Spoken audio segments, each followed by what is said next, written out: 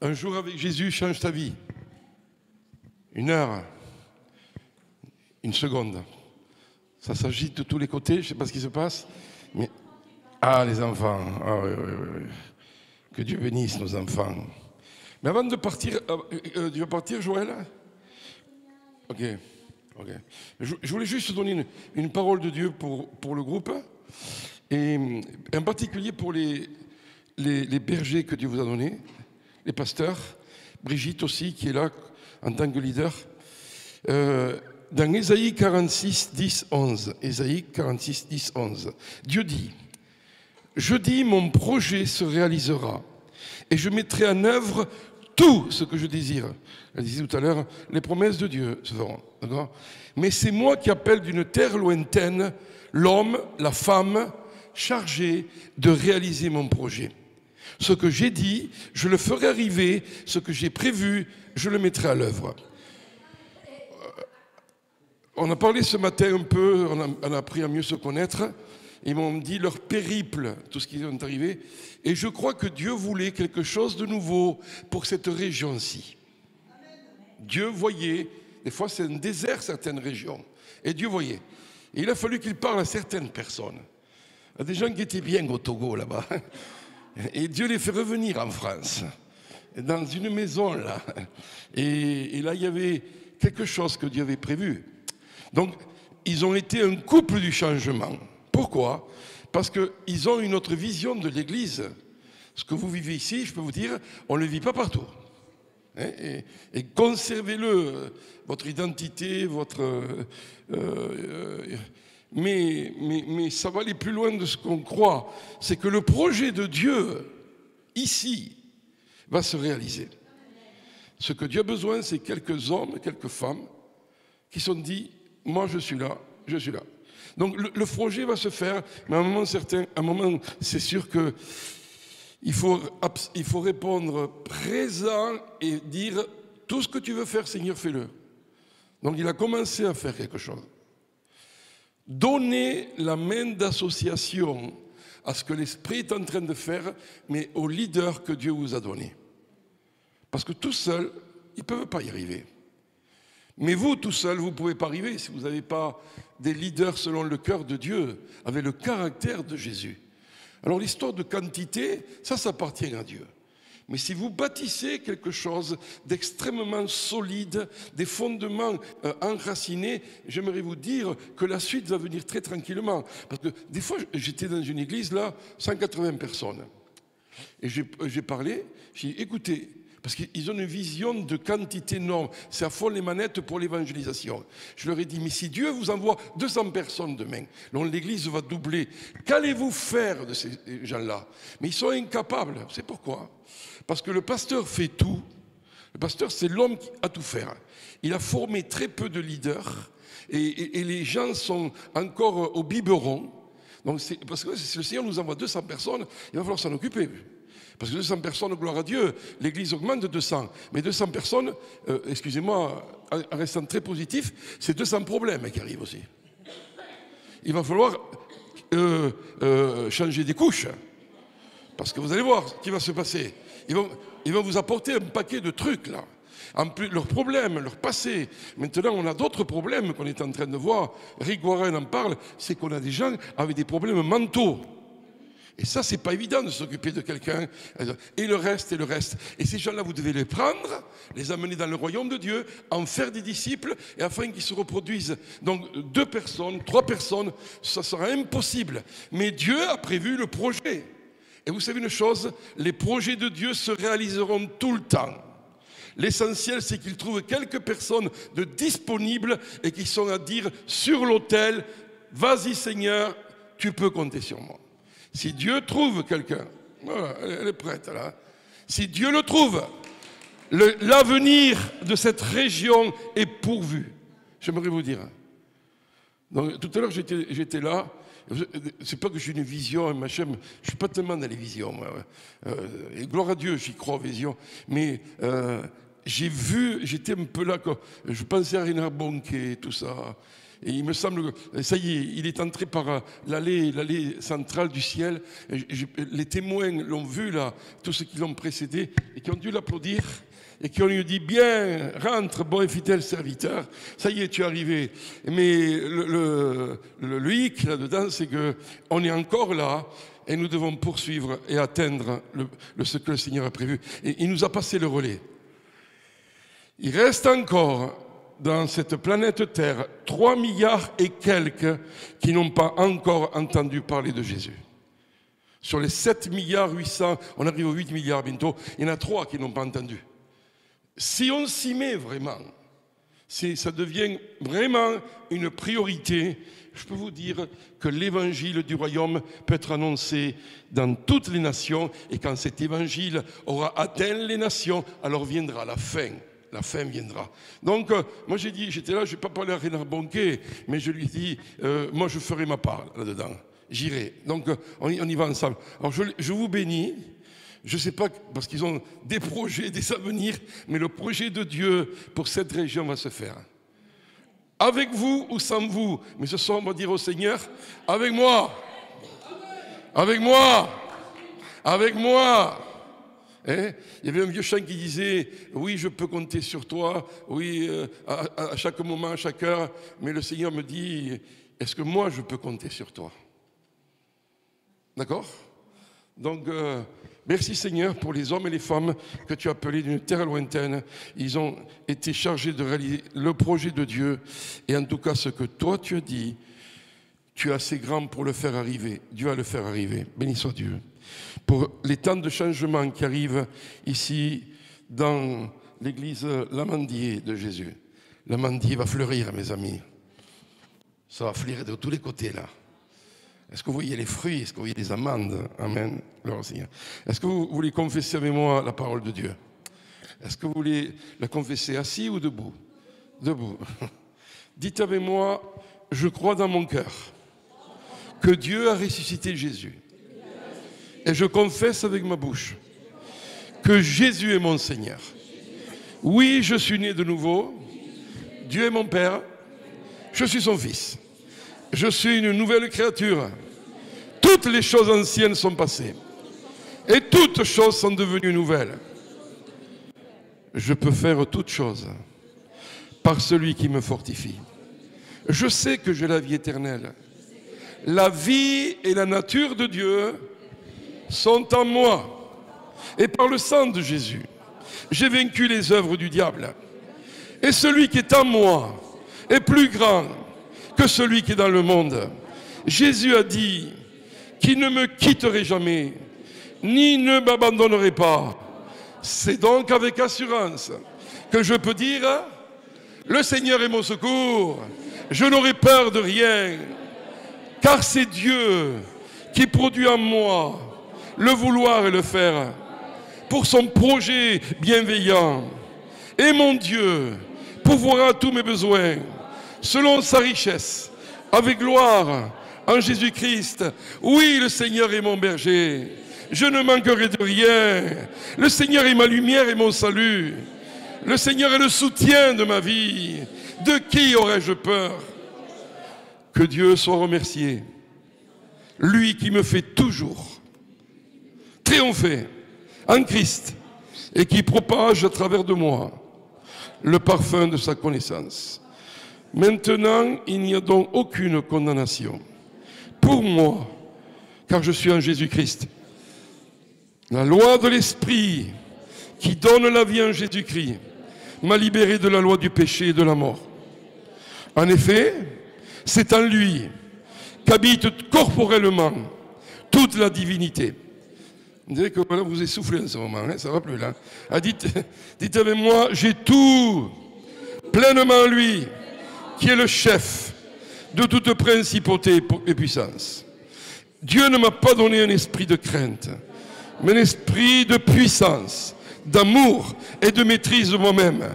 Et je dis à cette montagne, ôte-toi de là et jette-toi dans la mer.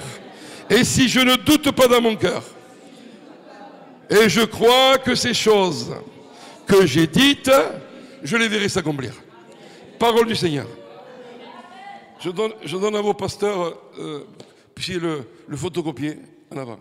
Tout ce que j'ai, je vous le donne. Vous voulez toutes mes notes, je vous les donne. Le royaume de Dieu, c'est fait de relations et de ressources.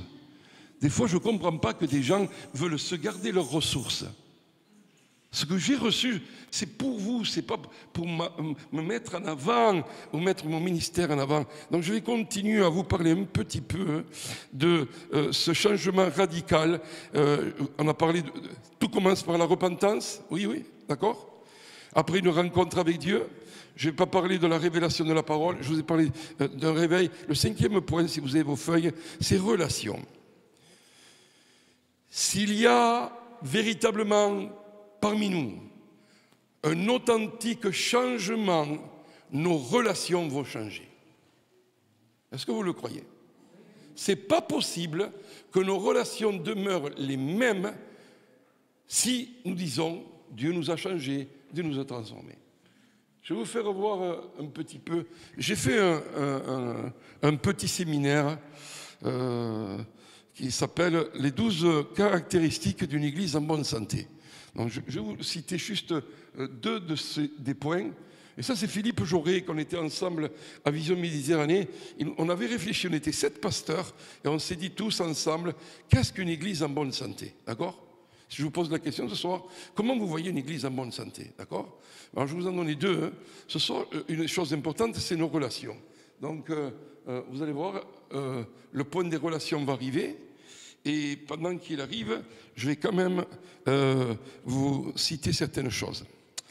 Dans le Nouveau Testament, les relations dans le peuple de Dieu étaient un style de vie, une façon, ce n'était pas la théorie, c'était une façon de vivre. Il y avait un mot qui s'appelait allélon.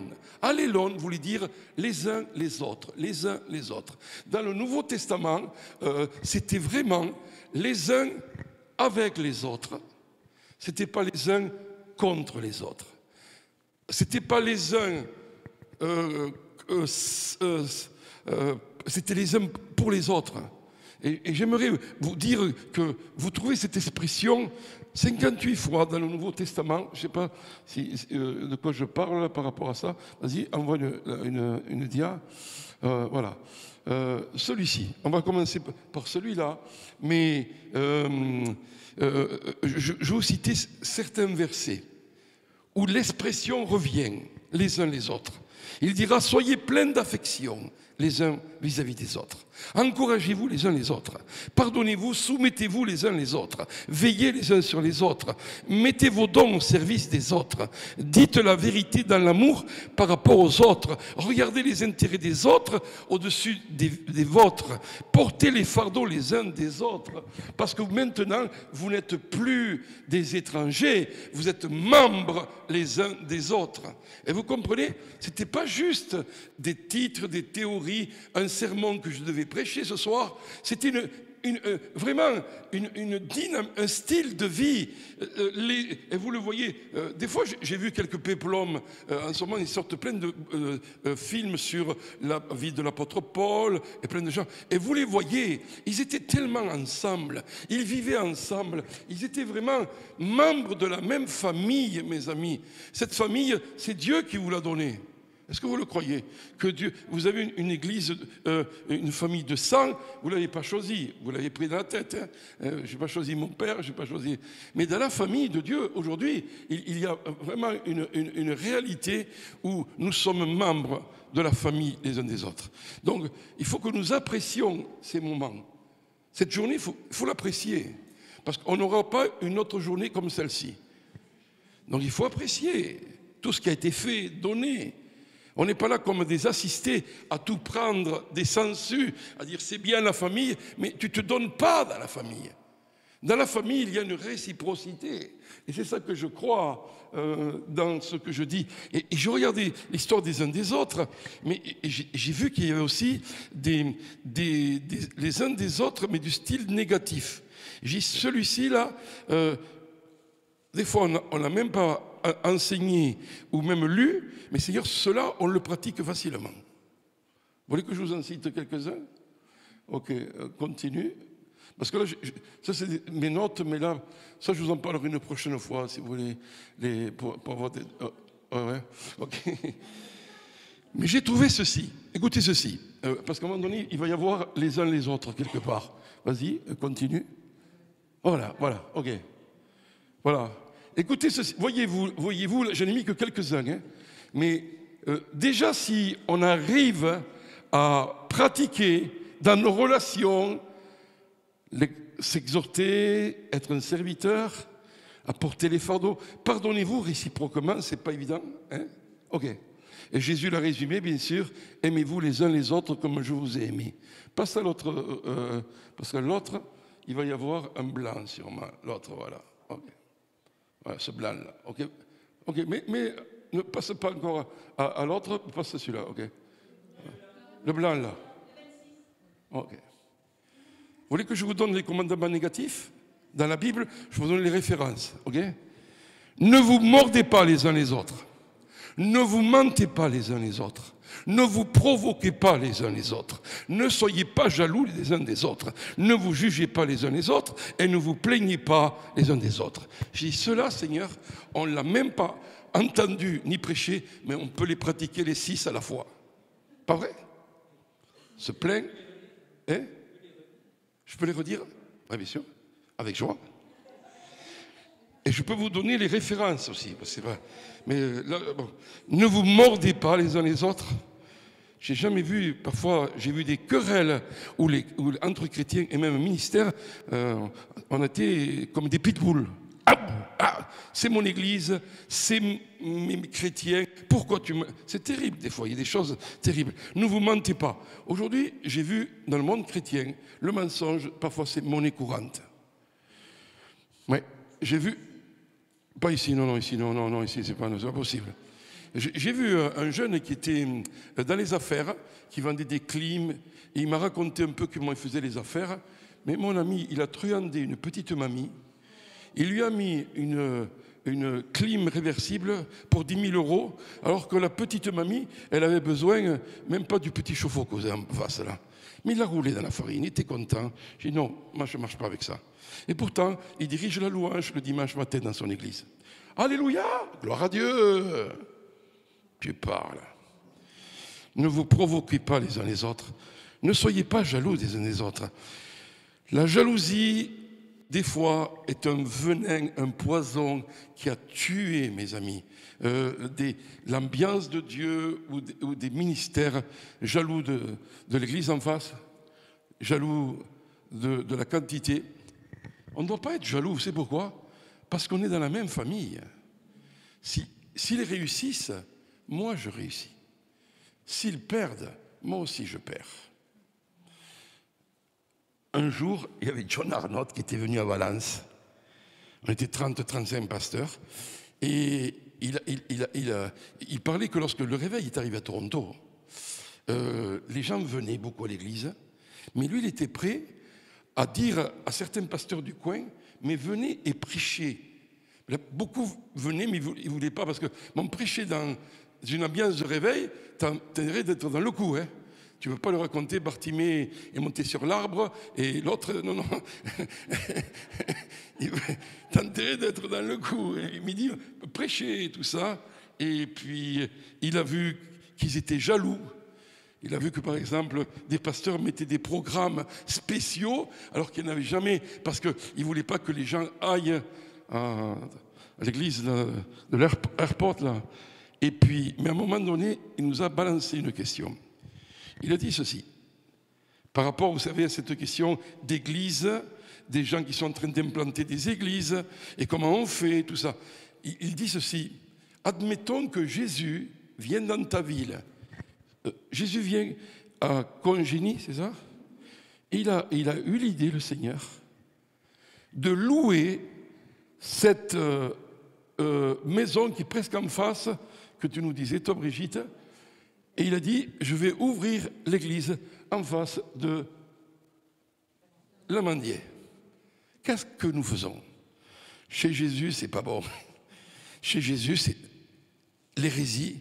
Vous allez tomber dans une secte, vous risquez beaucoup, et des fois, ça s'est passé comme ça. Le Seigneur donne la division. Mais c'est sûr qu'il ne faut pas provoquer et mettre le bâtiment à 2 mètres, on est d'accord. Mais mes amis, je ne sais pas combien il y a d'habitants à Congénie, il pourrait y avoir 3, 4, 5 églises à Congénie, non? Ou dans la région, ok? Donc il y a de la place pour tout le monde, parce qu'on n'est pas en concurrent, on est les uns les autres. Et quand là-bas ça réussit, c'est bon pour mon parti. Et donc, beaucoup de pasteurs ne savaient plus quoi dire. Si Jésus vient dans ma ville, il ouvre l'église à 2 kilomètres, qu'est-ce que je fais? Est-ce que dimanche matin, je dis, une nouvelle église s'est montée avec le pasteur Jésus, surtout n'y allez pas. Si c'est Jésus. Vous savez ce que j'ai dit, moi?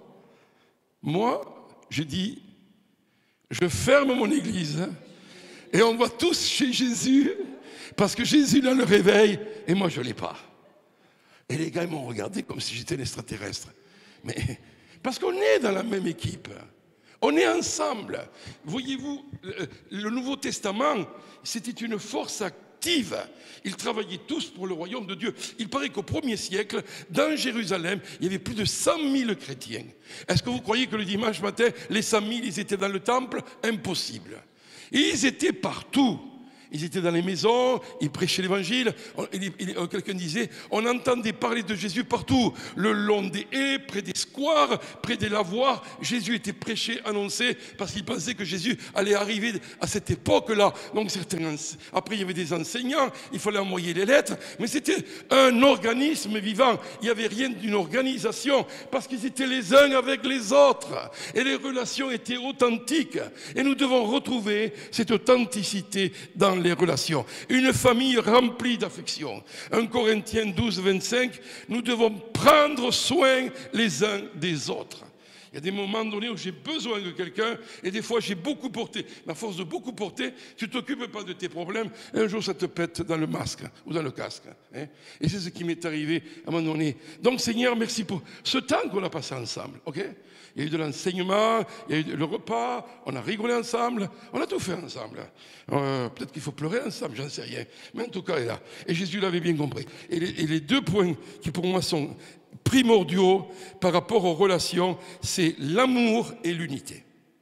Jésus dira dans Jean 13, 35, « À ceux-ci tous reconnaîtront que vous êtes mes disciples, parce que vous avez la même doctrine, vous êtes issus de la Réforme, et les Huguenots étaient là, parce que vous êtes des gens avec une bonne moralité, parce que, non, Jésus dira, votre amour, les uns pour les autres, sera le facteur déterminant, et ils reconnaîtront que vous m'appartenez.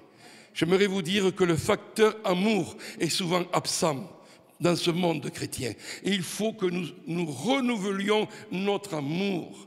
Et l'amour, c'est pas je t'aime, je t'aime, je t'aime, je t'aime simplement. L'amour, c'est une action. L'amour, c'est préférer l'autre à soi-même. L'amour, c'est être capable de... Vous savez, moi, Jésus, il m'éblouit. Regardez-lui, il est en train de souffrir sur la croix, là. Il souffre. C'est formidable, les gens se réjouissent ensemble, c'est formidable. Hein? Mais à la croix, il y avait 2 autres croix, vous vous rappelez? Les 2 bandits, les 2 brigands. Je le vois en train d'agoniser, en train de porter mes fardeaux, mes péchés. Vous savez ce qu'il fait le Seigneur? Et il a le temps de prouver son amour aux 2 brigands, aux deux. Malheureusement, il y en a un qui ne l'accepte pas, mais l'autre est prêt. Et rappelle-toi, quand tu viens dans ton règne, mais aujourd'hui même, tu seras. Il est parti avec Jésus, il lui a donné sa vie. Mais rendez-vous compte, l'amour du Seigneur, au moment le plus critique de sa vie, il souffre, mais il va encore donner de l'amour à celui qui a besoin. Et la seconde chose que j'aimerais vous dire, c'est l'unité. L'unité, c'est primordial pour le Seigneur. Vous lirez dans Jean chapitre 17, verset à 5 fois. Jésus va dire à 5 fois, afin que tous soient un, afin que tous soient parfaitement un. Et le but, c'est quoi notre unité? C'est qu'on est bien ensemble, on se tient par la main? Non, afin que le monde croie que c'est toi qui m'as envoyé. J'ai dit au Seigneur qu'avant que je parte avec lui, j'aimerais voir un mouvement d'unité sans précédent en France. Parce qu'il y a tellement de divisions, de querelles, de partis pris. Tellement. Les gens tirent le drap pour eux. Ils sont, eux, l'exclusivité. Dans certaines dénominations, hors d'eux, il n'y a même pas de salut. Étaient rejetés. Et il y a un gros problème là-dedans. Et j'ai dit, Seigneur, depuis 2000 ans, vous savez que Jésus intercède auprès du Père. Il intercède pour nous. Je ne sais pas comment il fait le Seigneur. Parce que nous sommes quand même... il semblerait qu'on ait entre 800 et 900 millions de chrétiens qui sont nés de nouveau. Mais il intercède pour tous ceux que le Père lui a donnés. Mais il dit, je te prie qu'ils soient un, qu'ils soient un, qu'ils soient un. Et je sais que la prière que le Seigneur fait, le Père va l'exaucer. Quand, je ne sais pas, mais il va l'exaucer. Et j'ai dit, Seigneur, avant que je parte, Seigneur, pour la France, qu'il y ait un mouvement d'unité. Et je le crois. J'ai un copain pakistanais qui m'a dit, Louis, mais tu ne sais pas ce qui s'est passé? J'ai dit non. On avait un imam à Lahore, la grande ville, il voulait mieux connaître les évangéliques, donc il a demandé aux pasteurs méthodistes, pasteurs baptistes, pasteurs pentecôtistes, tous les istes, il leur a dit, faites-moi connaître votre doctrine. Et ils ont parlé, chacun a parlé. Et après, mon copain, là, qui est un homme de Dieu remarquable, il lui a dit, l'imam lui a dit, combien de Jésus vous avez? Parce que chacun m'a présenté un Jésus, mais différent de l'autre, et différent de l'autre. Vous en avez au moins 7, il a dit. Et mon ami a dû réparer et dire non, on a le même Jésus, mais bon, dans une famille, chacun le présente différemment. Hein. Mais je le crois que le Seigneur va faire cela. Il va y avoir dans les relations, je ne sais pas, voilà, cet amour excuse tout. Est-ce que ça c'est entre nous ça? Mais oui, allez, ne cultive jamais la rancune, sois d'amour. Et sur entre nous, mes amis, il faut vraiment abattre rancune, amertume. Ça fait un dégât complet. Mais reviens à cette fameuse orange là qui est un peu pourrie là. Ça aussi. J'aimerais vous le dire, faites attention qui vous côtoyez et les gens négatifs qui vous mettent non seulement certains virus, mais ils vous mettent vraiment des pensées terribles et malheureusement, c'est souvent les négatifs qui remportent sur les positifs. Ce sont des gens toxiques, certaines personnes toxiques. Je vais être très très fort. Éliminez-les. Faites-les sortir de votre vie. Vous ne pouvez pas vivre avec des gens. Ce week-end, vous avez avancé avec le Seigneur. Demain, vous avez de la famille, des amis. Tu me dis, oui, mais il faut que je vire toute la famille. Non, non. Mais vous devez prendre des sécurités et vous préserver. Et ces gens-là, ils font leur chemin, mais vous continuez avec Dieu. Parce que sinon, vous risquez aussi, tôt ou tard, d'être dans cet état-là. Et on ne veut pas que vous soyez dans cet état-là. OK? OK? OK, je ne sais pas après qu'est-ce qu'on a. Oui, peut-être la dernière, là, celle-là qui est là. OK. Souviens-toi, quand tu pardonnes, tu guéris. Et quand tu lâches prise, tu grandis. À un moment donné, il faut lâcher prise. Il y a des choses que j'ai dû lâcher. Sinon, petit à petit, cela me faisait du mal. J'aimerais vous parler du 6e point. C'est le royaume de Dieu. Là, il n'y a rien. Si nous voulons changer, nous devons mettre l'emphase sur le royaume de Dieu.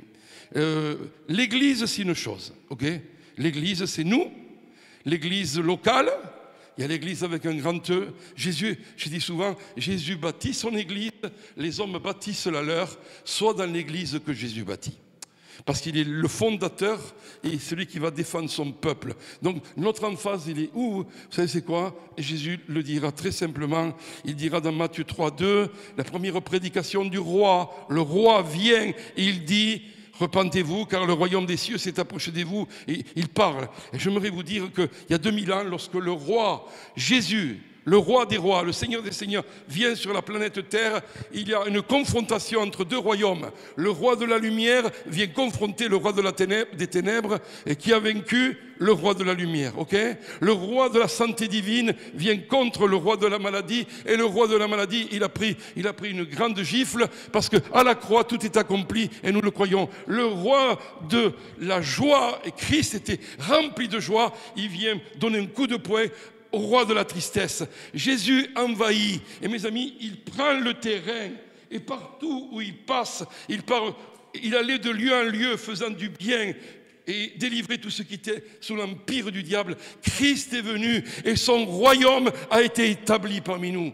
Le royaume de Dieu qui ne consiste pas en parole, mais en puissance, qui consiste à délivrer les captifs, qui consiste à apporter le salut. Le roi est parmi nous et son royaume est parmi nous. Et mes amis, nous devons prêcher le royaume de Dieu. Nous devons parler du roi à cette génération parce que le roi est présent. Et ce roi-là, vous savez ce que j'ai compris? C'est le roi du changement. Jésus était le roi du changement. Quand il vient, il va changer tout ce qui était de la religion, du contrôle des pharisiens. Il vient apporter vraiment une nouvelle ère, tellement il a apporté une nouvelle ère qu'à partir de Christ, même les siècles sont partagés. Il y a avant Christ et après Christ. Il change tout. Il va changer nos vies, il va changer l'Église, parce qu'il est un roi puissant, un roi du changement. Ce royaume de Dieu, la Bible dit, c'est la justice. Dis avec moi, le royaume de Dieu. Dis avec moi, le royaume de Dieu, c'est la justice, la paix, la joie, par le Saint-Esprit. Par le Saint-Esprit. Vous le croyez? Quand Jésus vient et il prend les rouleaux du livre dans Luc 4, 17, 18, il dira, l'Esprit du Seigneur est sur moi. Il m'a oint, libéré, guérir, consoler, proclamer. Ça, c'est le royaume de Dieu. Il faut que nous revenions au principe du royaume de Dieu. Et les églises, parfois, se sont endormies et font des programmes, mais on ne libère plus personne. On ne s'occupe plus de délivrer les captifs. Il faut que nous revenions, mes amis, au principe de base. La gloire de Dieu, c'est lorsque je manifeste son royaume. Le royaume est parmi nous. Jésus dira, Matthieu 12, 28, il dira, mais si c'est par l'Esprit de Dieu que je chasse les démons, alors le royaume de Dieu est venu jusqu'à vous. Chassez les démons. Chasser les démons, c'est le royaume de Dieu. Parce que le royaume des ténèbres s'enfuit. Alors je dis ce soir, et dites avec moi, que ton royaume vienne. Que ton royaume s'établisse. S'étende. En France. Et ce royaume, il commence à moi. À moi. Amen. Tu changes quand Jésus est ton roi. Et quand tu deviens un ambassadeur actif du royaume de Dieu et que tu cherches le royaume de Dieu en premier. J'aimerais vous dire le 7e point, le rôle. Quand tu changes, tu prends ton rôle au sérieux. Est-ce que tu le crois? Tu me diras, c'est quoi le rôle? Le rôle, c'est mission monde. Le monde, c'est, voilà, mission, monde, moisson. Vous avez vu là? Les 3 M, hein? Mission, monde, moisson, moi j'aime ça. Hein. Ok. Les dernières paroles du Seigneur. Les dernières paroles du Seigneur. Des fois je me dis, je ne sais pas si je vous l'ai dit ici, mais des fois j'ai des pensées un peu bizarres. Hein. Mais bon, des fois on est un peu bizarre. Hein. J'ai dit, si le Seigneur permet que je connaisse la première mort, la mort physique, et je suis là, sur mon lit, ma femme est à côté, mes enfants, quelles vont être les dernières paroles que je vais leur dire? Bon, écoutez, mais j'ai réussi. Je suis allé dans 52 pays dans le monde entier. Je vous ai laissé quelques euros pour vous. Et je commence à dire toute la liste de mes accomplissements. Si je fais ça, je suis le plus pauvre des hommes.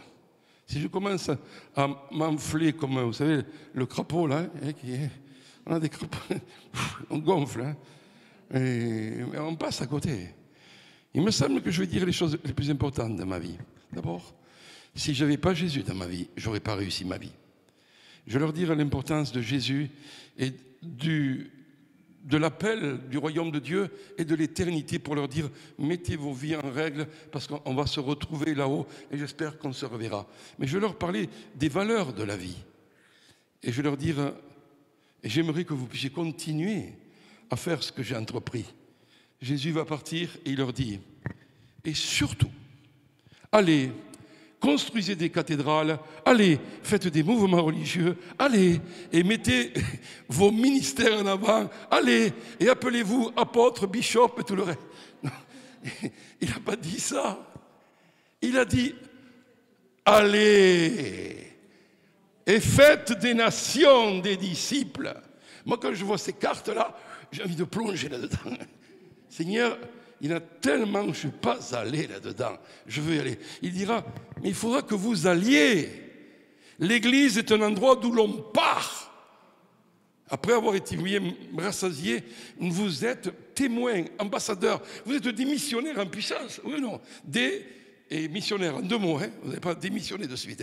Hein? Okay. Mais nous allons aller, moi je veux aller, moi. Je ne sais pas où ils vont m'envoyer, mais je vais y aller, moi. Parce que j'ai qu'une vie. Il a dit, allez, et vous allez faire des disciples. Alors, je ne sais pas, voilà. J'étais loin pour guérir. Jésus parcourait. Jésus était un itinérant, mes amis. Il n'était pas pasteur d'une synagogue. Il y allait, et il prêchait, il faisait 3 choses. Tout en allant, il enseignait, prêchait, guérissait. Parce que sa mission, c'était de sauver ceux qui étaient perdus. Vas-y, continue un peu, parce que là, c'est intéressant tout ce qu'il y a. Cette image, il me semble que je vous l'ai fait voir la dernière fois, mais ça me parle. Quand je le vois, je vois que c'est ça. Christ commence son ministère à 30 ans. Il prie pendant toute une nuit et Dieu lui donne 12 hommes. Ils sont là à peu près, les 12. Mais maintenant arrive Luc 8, 1 à 3, où il a marqué qu'il y avait des femmes, et vous verrez, il y a au moins 4 ou 5 femmes. Donc moi je pense qu'ils étaient à peu près une vingtaine, ils n'étaient pas 12. Et je peux gentiment, c'est pas pour avoir la faveur des femmes et l'applaudissement, hein, mais c'est ce que dit la Bible. Dans Luc chapitre 8, je ne sais pas si je vous raconte une histoire, mais il m'est arrivé un truc par rapport à ça. Luc 8, 1 à 3. Jésus alla de ville en ville et de village en village, il prêchait, il annonçait quoi? La bonne nouvelle du royaume de Dieu. Les 12 l'accompagnaient avec quelques femmes qui avaient été guéris d'esprits mauvais et de maladies. 1. Marie, dite de Magdala, dont étaient sortis 7 démons. Jeanne, femme de Cousa, l'intendant d'Hérode, qui a dû sûrement bien témoigner à la femme d'Hérode, et cette femme d'Hérode dit qu'entre toi et ce juste, il n'est rien, parce que cette femme a dû être pour quelque chose, je pense. Suzanne et beaucoup d'autres qui le servaient en l'assistant de leurs biens. Jésus était soutenu matériellement par des femmes. C'est ce que dit la Bible. Vous savez ce qui m'est arrivé je voulais raconter comment Dieu m'a soutenu par une belle offrande, par des femmes. Non, parce que des fois, je ne sais pas ce que j'ai. Hein. En février passé, je monte à Paris pour l'histoire de mon visa. Et 3 mois plus tôt, on avait une conférence où un pasteur nous avait défié en disant si celui qui sème peu moissonne peu, mais celui qui sème beaucoup, il moissonne beaucoup. Et c'était pas, vous savez, l'histoire de certains qui disent qui va donner 500, qui va donner 1000.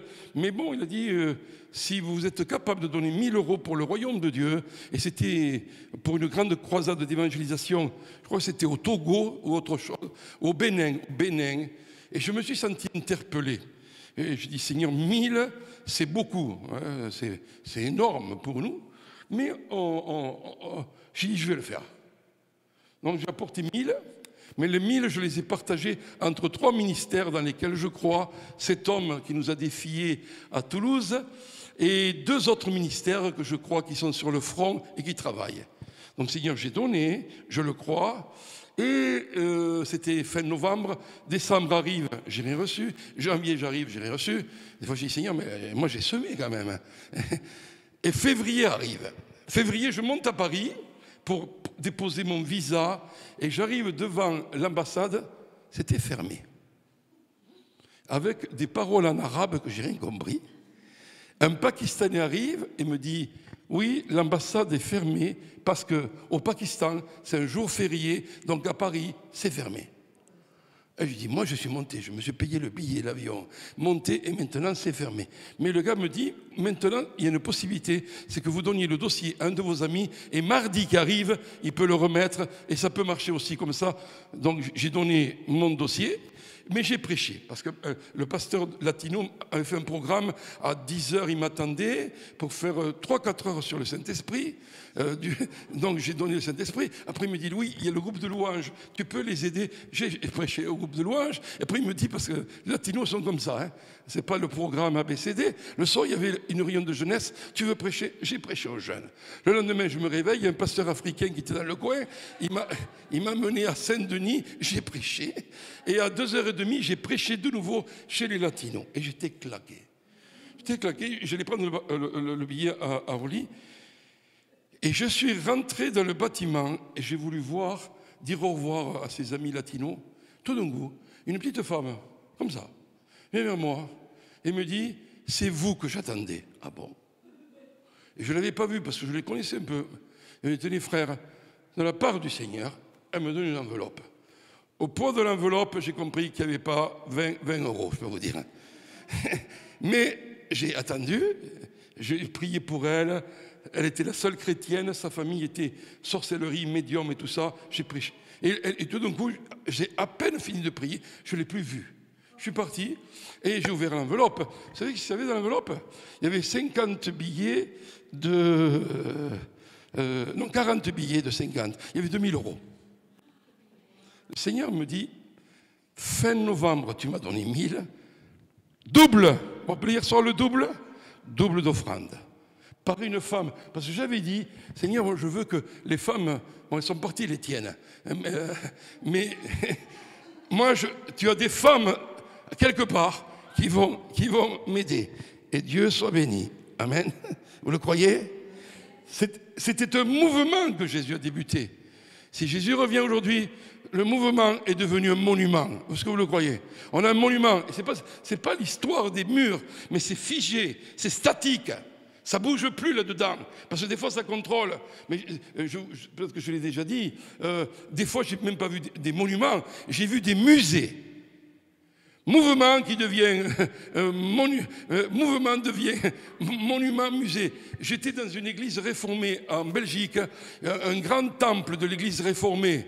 La présidente du conseil presbytéral me dit, venez frère, on va vous faire voir. Elle me fait voir les photos 1945, 1948, 1960. Et à un moment donné, mes amis, il y avait tellement de poussière qu'il a fallu dépoussiérer. Vous savez ce que le Seigneur m'a dit? Le Seigneur m'a dit, il y a certains pasteurs, ce sont des gardiens de musée. La femme, sur les 3 réunions, je l'ai vue peut-être une fois, elle était chez elle, la pauvre. Mais le dimanche, elle officiait pour dire les premières paroles, et au conseil presbytéral, c'était elle, la présidente. Je dis, Seigneur, je peux vous dire que j'ai pété là-dedans. Et les gens m'ont dit, revenez plus souvent, parce que nous, on s'est endormis depuis 1950. Ils étaient restés là-bas. Parce qu'après, je n'ai plus vu 80, 90, 2000, 2010. Il n'y avait plus rien. Mais vous savez parce que des fois, on part un peu. Hein. Si, Seigneur, ok, tu as créé un mouvement. Il faut que nous revenions au mouvement de l'esprit. Certains sont devenus des monuments, des musées. Mais pourvu qu'on n'arrive pas au mausolée.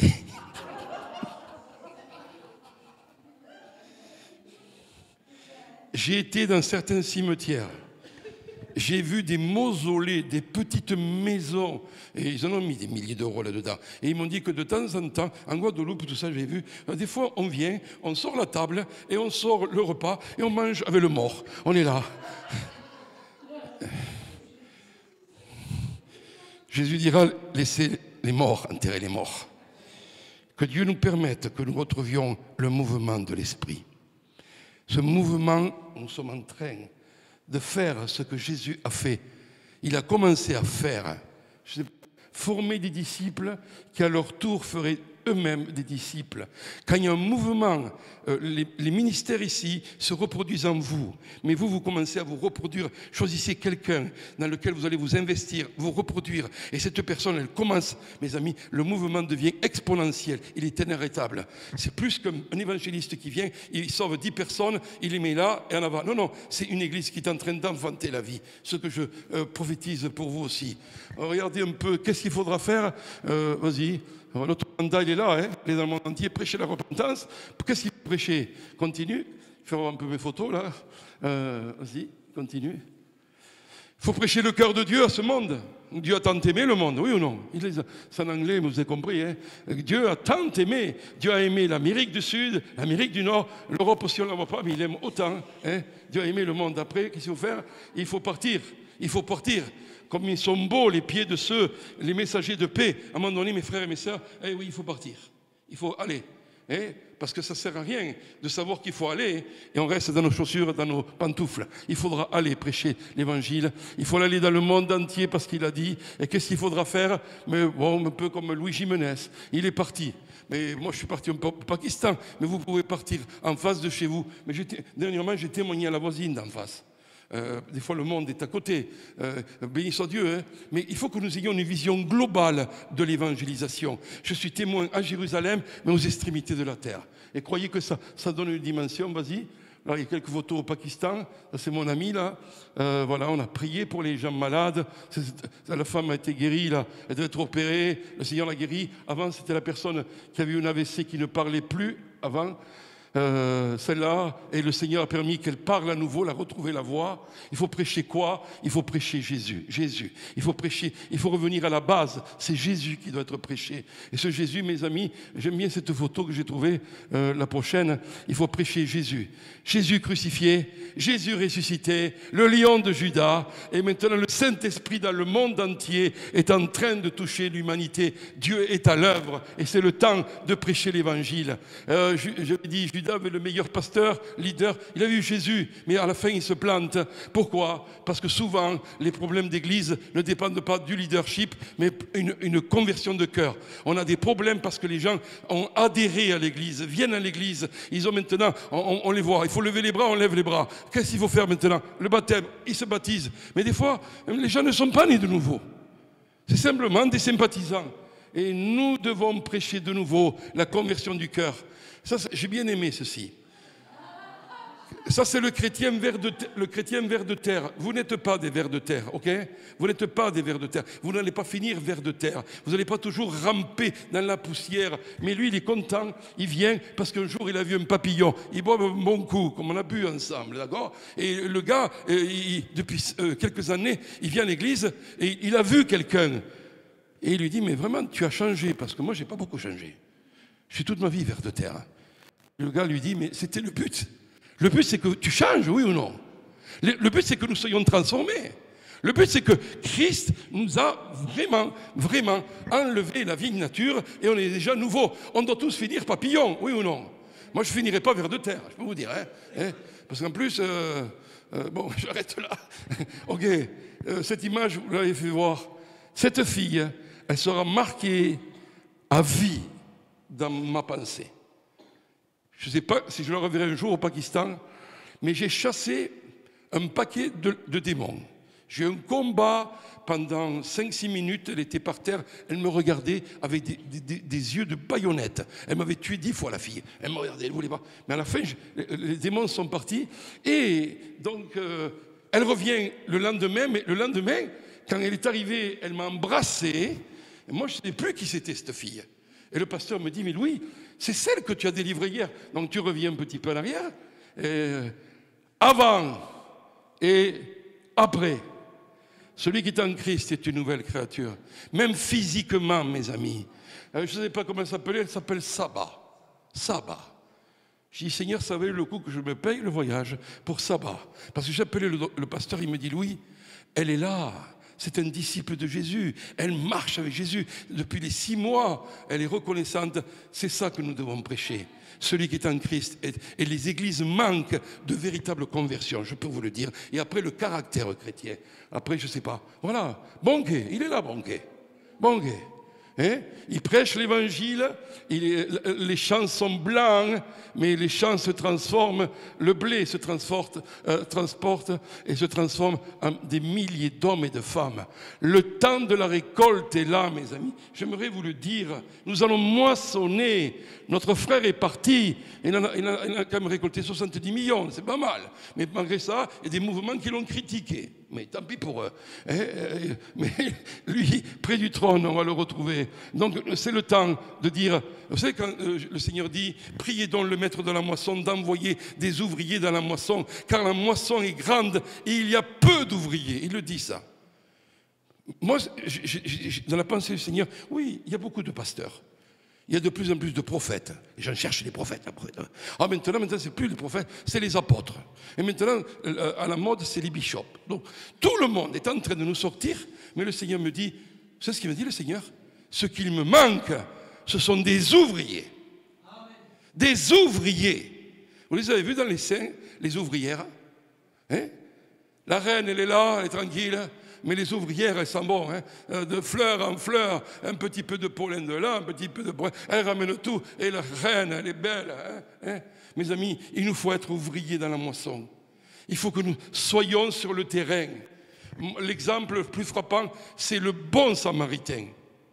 Quand cet homme est frappé, il est frappé par les brigands, le petit pentecôtiste, gloire à Dieu, alléluia, je vais à l'église.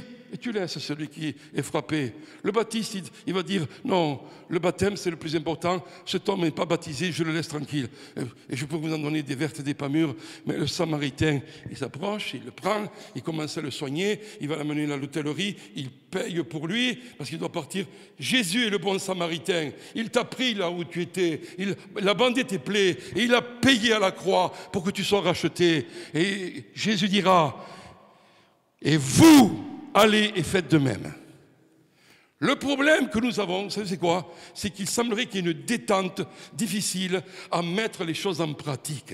Jacques dira, heureux celui qui écoute ma parole et qui la met en pratique. Quand Jésus parle d'humilité et qu'il lave les pieds de ses disciples, Jésus dira, vous serez heureux pourvu que vous les pratiquiez. Donc la théorie chrétienne, enough is enough. Assez c'est assez. Il faut que nous soyons des hommes et des femmes sur le terrain, ouvriers. Dis avec moi, je serai un ouvrier. Je serai une ouvrière dans le royaume de Dieu. Encore ce matin, j'ai reçu... Il y a des femmes remarquables dans le royaume de Dieu. Une femme qui s'appelle l'évangéliste... Je ne sais pas si... Est-ce que je l'ai là Najma... Non, je ne l'ai pas. Mais pour ceux que j'ai encore reçu des photos de cette jeune femme. Elle est dans le nord du Pakistan. Elle a fait une école biblique, mais son cœur est pour son peuple.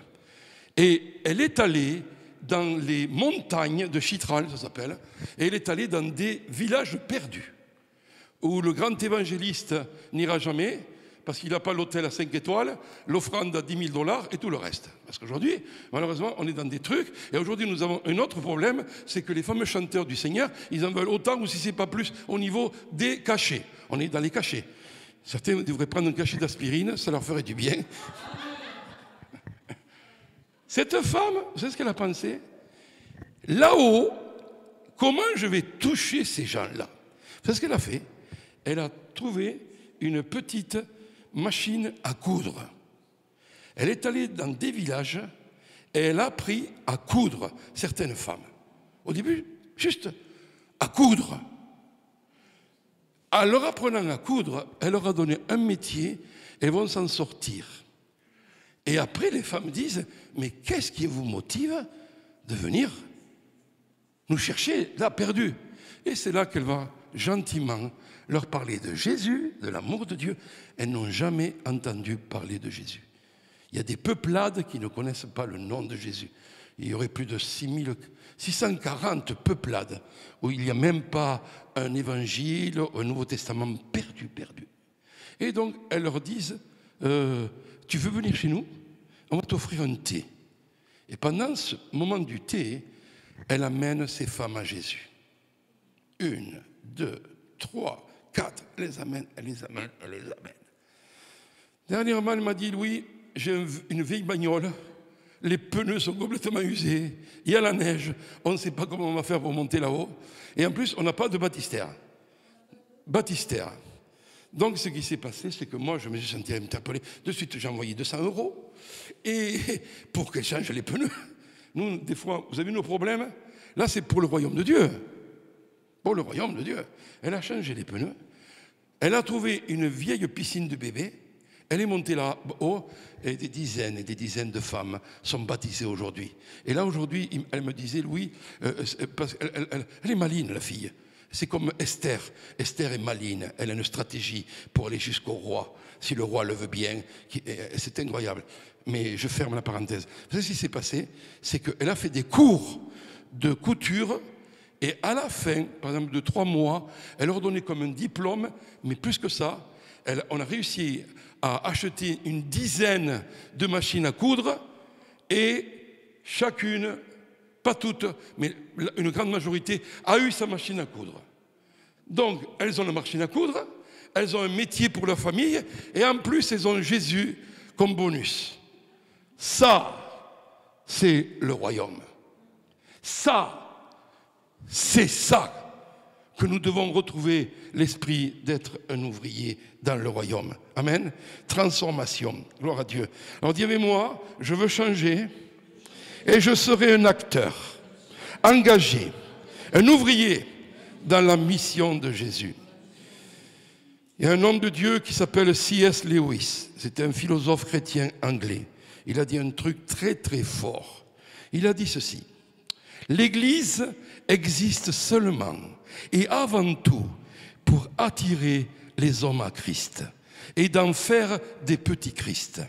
Si nous ne sommes pas en train de faire cela, écoutez, toutes nos cathédrales, nos bâtiments, notre clergé, nos sermons, nos conférences, écoutez ceci, même la Bible en elle-même sont simplement des pertes de temps. C'est fort ça ou quoi? Dieu devint homme pour un seul but. Il me semble même que tout l'univers fut créé pour ce but, là aussi. Le but glorieux, c'est qu'il est venu chercher et sauver ceux qui sont perdus. Je finis par l'avant-dernier, c'est le reste, un reste. Vous allez me dire, Louis, mais comment ce changement va se faire?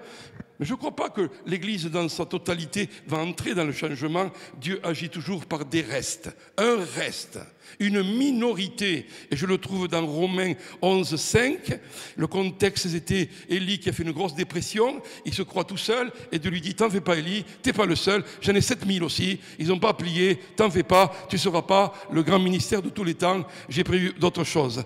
Et la Bible dit, de même dans les temps présents aussi, il y aura un reste conformément à l'action de la grâce. J'aimerais vous dire que Dieu a toujours agi par des restes.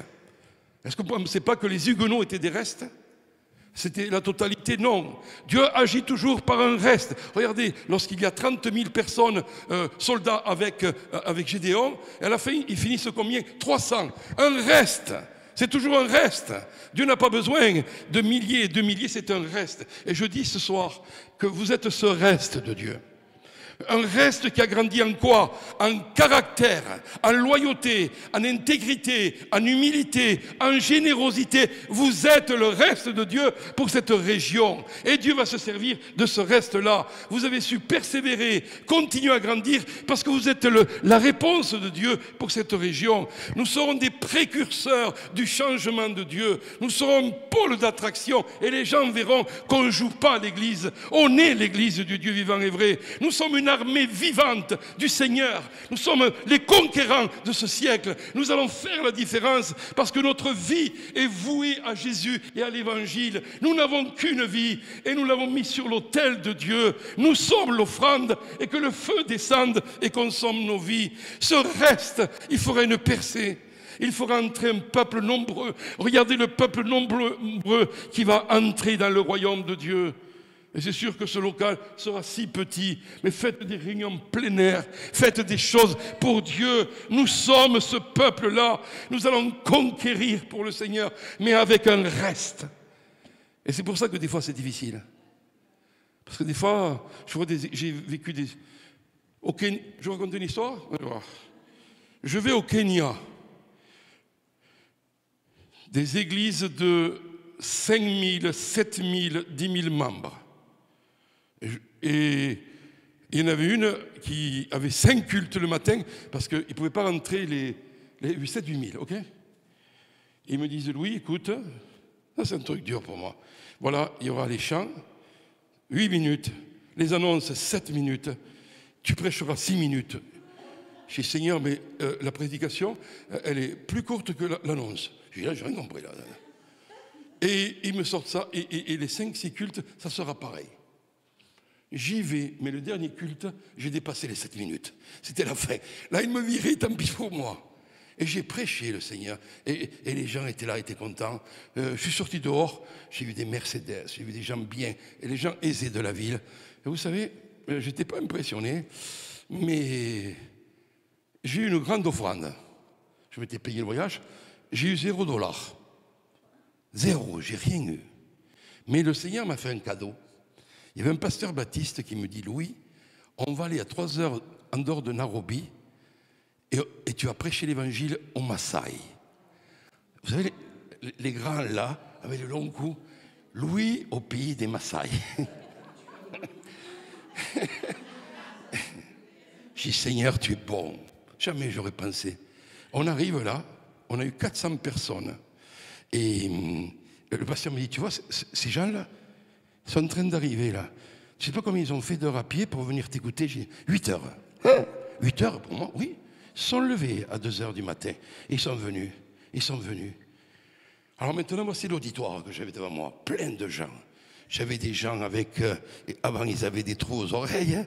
Après, ils essaient de le colmater. Et tout d'un coup, je vois des gens avec des vêtements multicolores. Il me dit, tu vois, Louis, ces deux-là, ce sont des tueurs de lions. Quoi? Oui, ils ont tué leur lion.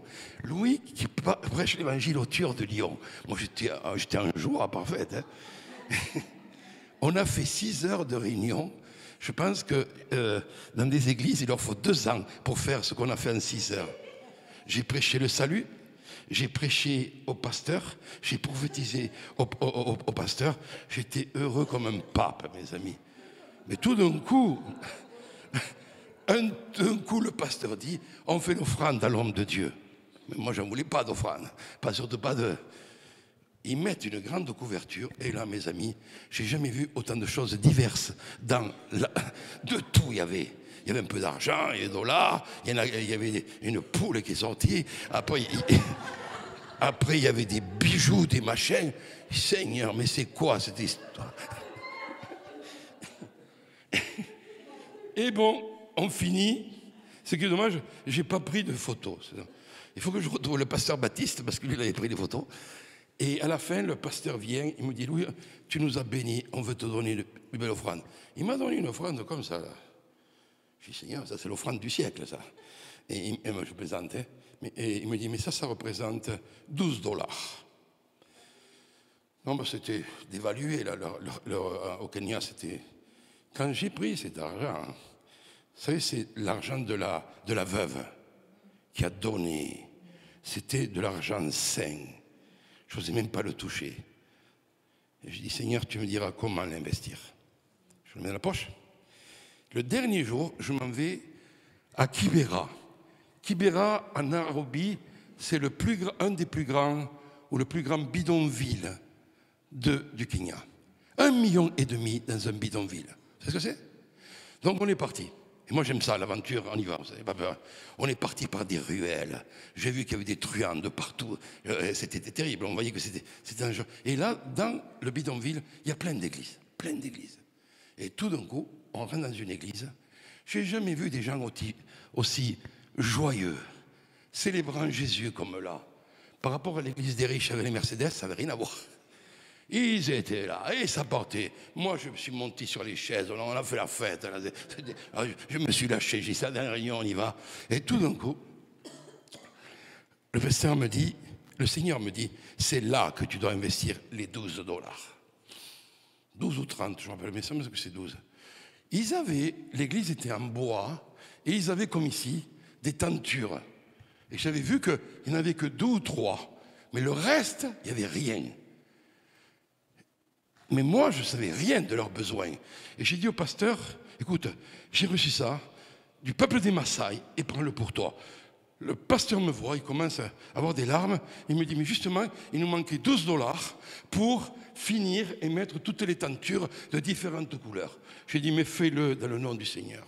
Alors, aujourd'hui, si là-bas, vous allez un jour, vous verrez des tentures. Mais c'est pas ça. C'est que là, on a eu la meilleure réunion que j'ai eue. On s'est lâché, on est parti. La gloire de Dieu est tombée. À la fin, je ne sais plus ce que j'ai fait, mais j'ai tout fait. Là. Dieu s'est révélé.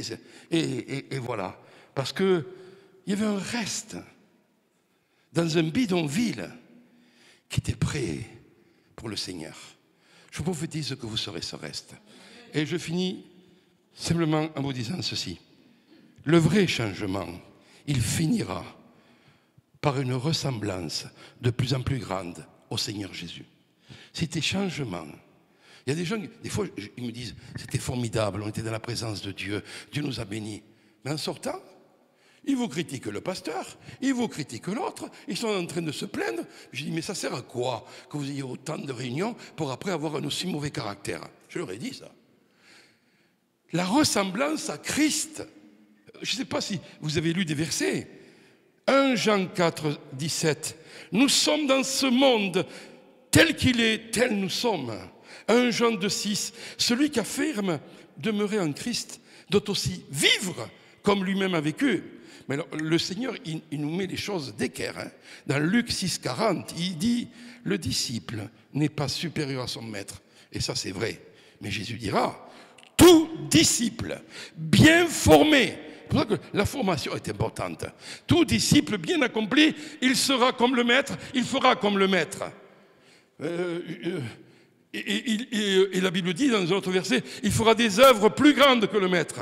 Reinhard Bonnke a fait des œuvres plus grandes que le maître. Jésus n'a jamais gagné 70 millions pendant ses 3 ans et demi de ministère. Cet homme l'a fait et d'autres le font. Les plus grandes œuvres sont pour nous si nous devenons comme le maître. Mon désir, c'est comme le maître. Et alors, comment y arriver? On se dit avec moi, je vais me dépouiller de ma vieille nature. Je vais abandonner mes vieilles habitudes. Je vais changer ma façon de penser et je vais revêtir Christ. Je vais vous donner une autre version du verset que ma femme a dit cet après-midi, d'Éphésiens 4, 22, dans une autre version. Regardez ce qu'il dit.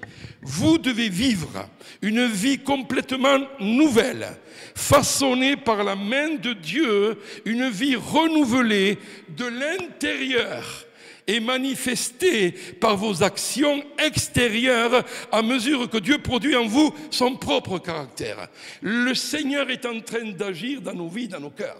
Il change le cœur de pierre, il met un cœur de chair. Et là, il vient vraiment dans les racines de notre problème. C'est notre cœur, notre coupe qui doit te transformer. Et à un moment donné, tu ressembles au cœur du Seigneur. Tu vois avec les yeux de Jésus. Tu as envie de donner les mains du Seigneur parce que Jésus n'a que nos mains, il n'a que nos yeux, notre bouche pour le représenter.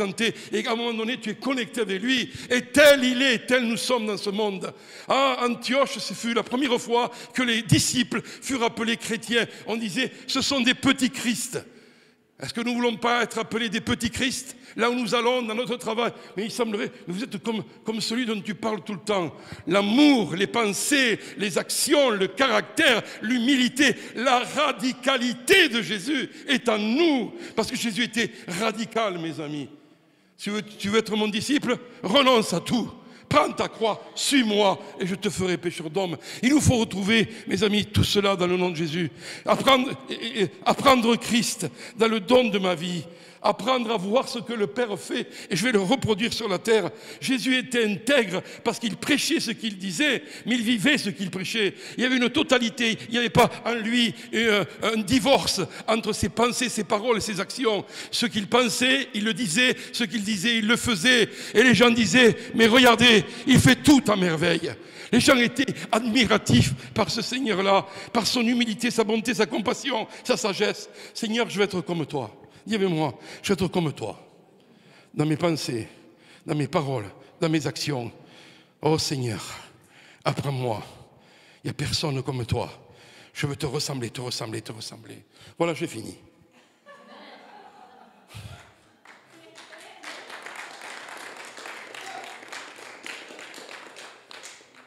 Changement radical.